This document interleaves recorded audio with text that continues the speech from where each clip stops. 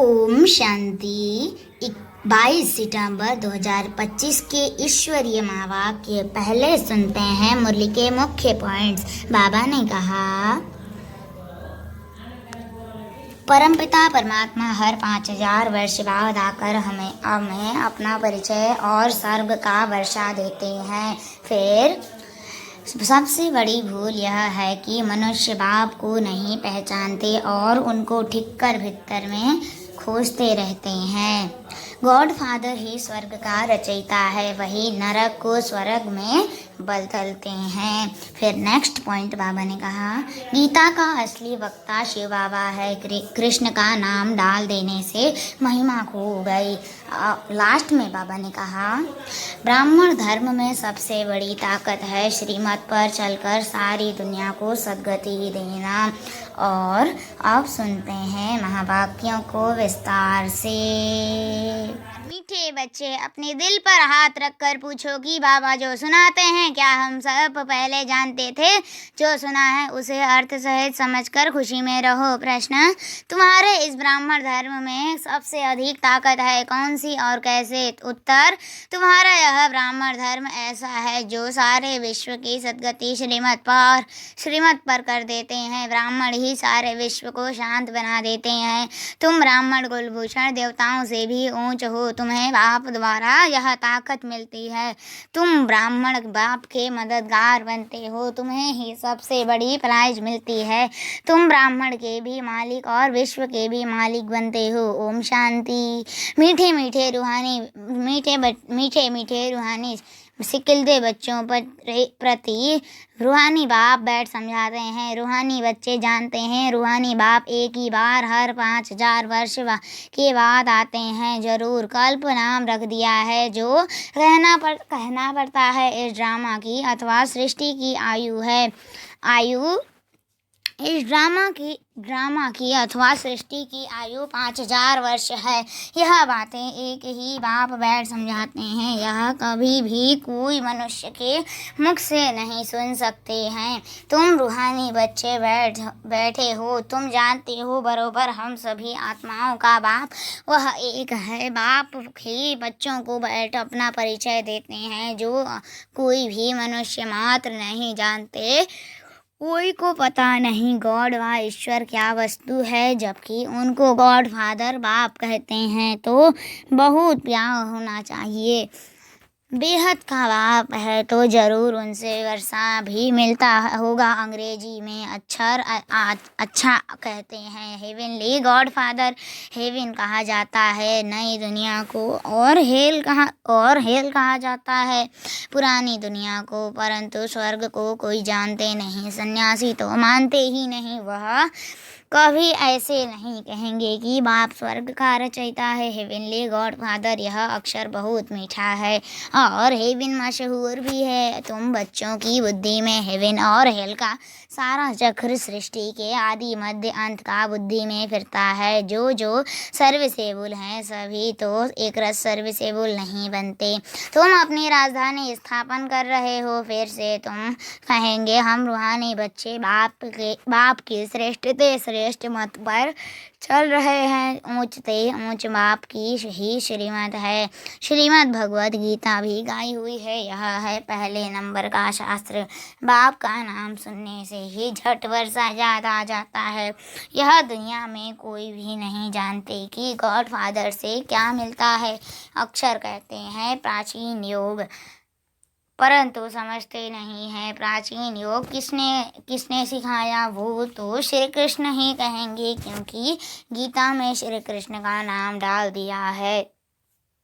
अभी तुम समझते हो बाप ने ही राजयोग सिखाया जिससे सब जीवन मुक्ति को पाते हैं। यह भी समझते हो कि भारत में ही शिव बाबा आया था। उनकी जयंती भी मनाते हैं, परंतु गीता में नाम गुम होने से महिमा भी गुम हो गई है। परंतु गीता में नाम गुम होने से महिमा भी गुम हो गई है, जिससे सारी दुनिया को सुख शांति मिलती है, उस बाप को भूल गए हैं। इनको कहा ही जाता है एकज भूल का नाटक, बड़े ते बड़ी भूल यह है जो बाप को नहीं जानते। कभी कहते वह नाम रूप से न्यारा है, फिर कहते कच्छ मच्छ अवतार है, ठिक्कर भित्तर में है भूल भूल भूल में भूल होती जाती है, सीढ़ी नीचे उतरते जाते हैं, कला कम होती जाती है, तमो प्रधान बनते जाते हैं। ड्रामा में प्लान अनुसार जो बाप स्वर्ग का रचयिता है, जिसने भारत को स्वर्ग का मालिक बनाया, उनको ठिक्कर भित्तर में कह देते हैं। अभी बाप समझाते हैं तुम सीढ़ी कैसे उतरते आए हो, कुछ भी किसको पता नहीं है। ड्रामा क्या है पूछते रहते हैं, यह दुनिया कब से बनी है, नई सृष्टि कब थी, तो कह देंगे लाखों वर्ष आगे समझते हैं। पुरानी दुनिया में तो अभी बहुत वर्ष पड़े हैं, इसको अज्ञान अंधियारा कहा जाता है। गायन भी है ज्ञान अंजन सद्गुरु दिया अज्ञान अंधेर विनाश, तुम समझते हो रचयिता बाप जरूर स्वर्ग ही रचेंगे, बाप ही आकर नर्क को स्वर्ग बनाते हैं, रचयिता बाप ही आकर सृष्टि के आदि मध्य अंत का ज्ञान सुनाते हैं, आते भी हैं अंत में, टाइम तो लगता है ना, यह भी बच्चों को समझाया है, ज्ञान में इतना समय नहीं लगता है जितना याद की यात्रा में लगता है। 84 जन्मों की कहानी तो जैसे एक कहानी है। आज से 5 वर्ष पहले किन्हों का राज्य था, वह राज्य कहाँ गया। तुम बच्चों को अब सारी नॉलेज है।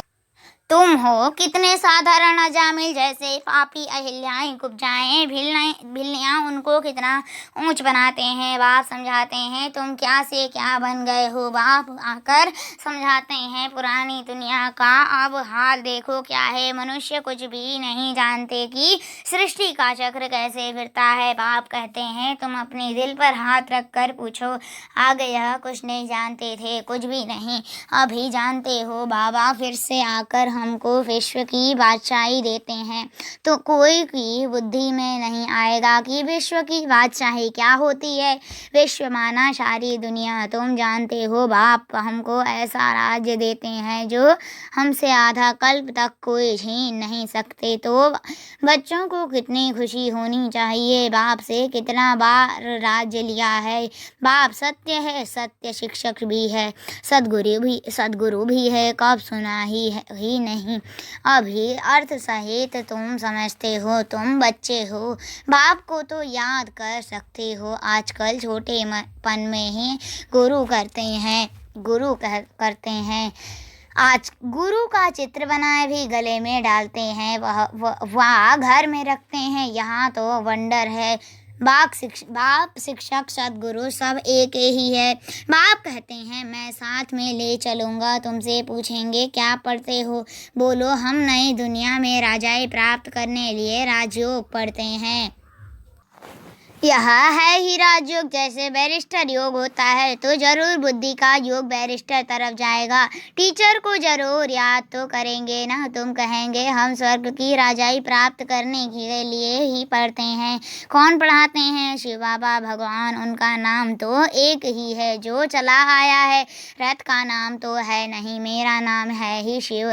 बाप शिव और रथ ब्रह्मा कहेंगे। अभी तुम जानते हो यह कितना वंडरफुल है। शरीर तो एक ही है, इनको भाग्यशाली रथ क्यों कहते हैं? क्योंकि शिव बाबा की प्रवेशता है ही है तो जरूर 2 आत्माएं ठहरी, यह भी तुम जानते हो। और किसको तो यह ख्याल में भी नहीं आता। अब दिखाते हैं भगीरथ ने गंगा लाई, क्या पानी लाया? अभी तुम प्रैक्टिकल देखते हो क्या लाया है, किसने लाया है, किसने प्रवेश किया है? बाप ने किया है ना। मनुष्य में पानी थोड़े ही प्रवेश करेगा, जटाओं से पानी थोड़े ही आएगा। इन बातों पर मनुष्य कभी ख्याल भी नहीं करते हैं। कहा ही जाता है रिलीजन इज माइट, रिलीजन में ताकत है, बताओ सबसे जास्ती किस रिलीजन में ताकत है? ब्राह्मण रिलीजन में। हाँ, यह ठीक है, जो कुछ ताकत है ब्राह्मण धर्म में है, ब्राह्मण धर्म में ही है, और कोई रिलीजन में कोई ताकत नहीं। तुम अभी ब्राह्मण हो, ब्राह्मणों को ताकत मिलती है बाप से, जो फिर तुम विश्व के मालिक बनते हो। तुम्हारे में कितनी बड़ी ताकत है। तुम कहेंगे हम ब्राह्मण धर्म के हैं, किसकी बुद्धि में नहीं बैठेगा। विराट रूप भल बनाया है, परंतु वह भी आधा है मुख्य रचना, और उनकी पहली रचना को कोई नहीं जानते। बाप है रचना, फिर ब्राह्मण है चोटी, इसमें ताकत है। बाप को सिर्फ याद करने से ताकत मिलती है। बच्चे तो जरूर नंबरवार ही बनेंगे ना। तुम इस दुनिया में सर्वोत्तम ब्राह्मण कुलभूषण हो, देवताओं से भी ऊंच हो। तुमको अब ताकत मिलती है, सबसे जास्ती ताकत है ब्राह्मण धर्म में। ब्राह्मण क्या करते हैं? सारी विश्व को शांत बना देते हैं। सो तुम्हारा धर्म ऐसा है जो स्वर्ग की सद्गति करते हैं श्रीमद् द्वारा। तब बाप कहते हैं तुमको अपने से भी ऊंच बनाता हूँ। तुम ब्राह्मण के भी मालिक, विश्व के भी मालिक बनते हो। सारे विश्व पर तुम राजाई करेंगे। अभी गाते हैं ना, भारत हमारा देश है। कभी महिमा की गीत गाते, कभी फिर कहते भारत की क्या हालत है। जानते नहीं कि भारत इतना ऊंच कब था। मनुष्य तो समझते हैं स्वर्ग अथवा नर्क यहाँ है। जिसको धन मोटर आदि है वह स्वर्ग में है, यह नहीं समझते। स्वर्ग कहा ही जाता है नई दुनिया को।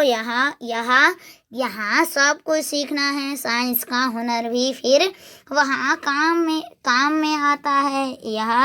यह साइंस भी वहाँ सुख देती है। यहाँ तो इन सब से है आधा कल्प का सुख।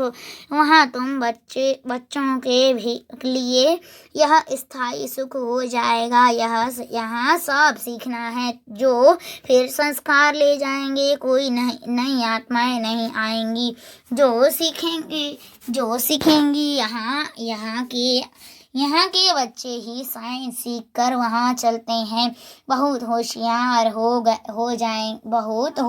हो जाएंगे। सब संस्कार ले जाएंगे, फिर वहाँ काम में आएंगे।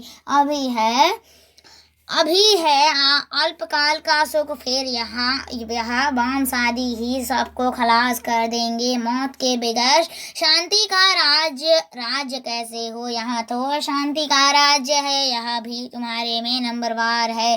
जो समझते हैं हम पहले अपने घर जाएंगे, फिर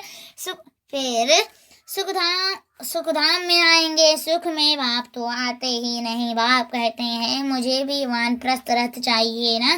भक्ति मार्ग में भी सबकी कामनाएं पूरी करता आया हूँ। संदेशियों को भी दिखाया है कैसे भक्त लोग तपस्या पूजा आदि करते हैं। देवियों को सजाए पूजा आदि कर फिर समुद्र में डुबो देते हैं। कितना खर्च होता है पूछो यह कब से शुरू हुआ है? तो कहेंगे परंपरा से चला आया है। कितना भटकते रहते हैं। यह भी सब ड्रामा है। बाप बार बार बच्चों को समझाते हैं हम तुमको बहुत मीठा बनाने आए हैं। यह देवताएं कितने मीठे हैं। अभी तो मनुष्य कितने कड़वे हैं। जिन्होंने बाप को बहुत मदद की थी उन्हों की पूजा करते रहते हैं। तुम्हारी पूजा भी होती है, पद भी तुम ऊंच प्राप्त करते हो। बाप खुद कहते हैं मैं तुमको अपने से भी ऊंच बनाता हूँ। ऊंच भगवान की है श्रीमत। गीता में भी श्रीमत मशहूर है। श्री कृष्ण तो इस समय बाप से वर्षा ले रहे हैं। श्री कृष्ण की आत्मा के रथ में बाप ने प्रवेश किया है। कितनी वंडरफुल बात है। कभी किसकी बुद्धि में आएगा नहीं। समझने वालों को भी समझाने में बड़ी मेहनत लगती है। बाप कितना अच्छी रीति बच्चों को समझाते हैं। बाबा लिखते हैं सर्वोत्तम ब्रह्मा मुख्य वंशावली ब्राह्मण तुम ऊंच सर्विस करते हो तो यह प्राइज मिलती है। तुम बाप के मददगार बनते तुम बाप के मददगार बनते हो तो सबको प्राइज मिलती है। नंबरवार पुरुषार्थ अनुसार तुम्हारे में भी बड़ी ताकत है। तुम मनुष्य को स्वर्ग का मालिक बना सकते हो। तुम रूहानी सेना हो। तुम यह बैज नहीं लगाएंगे तो मनुष्य कैसे समझेंगे कि यह भी रूहानी मिलिट्री है। मिलिट्री वालों को हमेशा बैज लगा होता है। शिवाबा है नई दुनिया का रचयिता। वहाँ तो इन देवताओं का राज्य था, अब नहीं है। फिर बाप कहते हैं मनमना भो देह सहित सब संबंध छोड़ मामेकम याद करो तो श्री कृष्ण के डिनाइस्टी में आ जाएंगे। इसमें लज्जा की तो बात ही नहीं। बाप की याद रहेगी। बाप इनके लिए भी बताते हैं। यह नारायण की पूजा करते थे। नारायण की मूर्ति साथ में रहती थी। चलते फिरते उनको देखते थे। अभी तो तुम बच्चों को ज्ञान है। बैस तो जरूर लगा रहना चाहिए। तुम हो नर को नारायण बनाने वाले। राजयोग भी तुम ही सिखलाते हो। नर से नारायण बनाने की सर्विस करते हो। अपने को देखना है, हमारे में कोई अवगुण तो नहीं है। तुम बच्चे बाप दादा के पास आते हो। बाप है शिव बाबा, दादा है उनका रथ। बाप जरूर रथ द्वारा ही मिलेंगे ना। बाप के पास आते हैं। रिफ्रेश होने सम्मुख बैठने से याद पड़ती है बाबा आया है ले जाने के लिए। बाप सम्मुख बैठे हैं जो तो जास्ती याद आनी चाहिए। अपनी याद की यात्रा को वहाँ भी तुम रोज बढ़ा सकते हो। अच्छा, मीठे मीठे सिखलते बच्चों प्रति माता पिता बाप दादा का याद प्यार और गुड मॉर्निंग। रूहानी बाप के रूहानी बच्चों को नमस्ते। हम रूहानी बच्चों के रूहानी माता पिता बाप दादा को याद प्यार और गुड मॉर्निंग। नमस्ते नमस्ते नमस्ते। शुक्रिया बाबा, शुक्रिया। धारणा के लिए मुख्य सार पहला पॉइंट, अपने को देखना है कि हमारे में कोई अवगुण तो नहीं है। जैसे देवताएं मीठे हैं ऐसा मीठा बना हूँ। दूसरा, बाप की श्रेष्ठ से श्रेष्ठ मत पर चल अपनी राजधानी स्थापन करनी है। सर्विसेबल बनने के लिए सृष्टि के आदि मध्य अंत का हीन और हेल का ज्ञान बुद्धि में जाना है। वरदान, खुदायत खिदमतकार की स्मृति द्वारा सहज याद का अनुभव करने वाले सहज योगी भव। खुदाई खिदमतकार की स्मृति द्वारा सहज याद का अनुभव करने वाले सहज योगी भव। विस्तार, खुदाई खिदमतगार अर्थात जो खुदाई खिदमतगार अर्थात जो खुदा व बाप ने खिदमत सेवा दी है, उसी सेवा में सदा तत्पर रहने वाले। सदा यही नशा रहे कि हमें स्वयं खुदा ने खिदमत दी है। कार्य करते हुए जिसने कार्य दिया है उसको कभी भूला नहीं जाता। तो कर्मणा सेवा में भी यह स्मृति रहे कि बाप के डायरेक्शन अनुसार कर रहे हैं तो सहज याद क्या अनुभव करते सहयोगी बन जाएंगे। स्लोगन, सदा गॉडली स्टूडेंट लाइफ की स्मृति रहे तो माया समीप नहीं आ सकती। सदा गॉडली स्टूडेंट लाइफ की स्मृति रहे तो माया समीप नहीं आ सकती। अब व्यक्तिशारे, अब लगन की अग्नि को प्रज्वलित कर योग को ज्वाला रूप बना।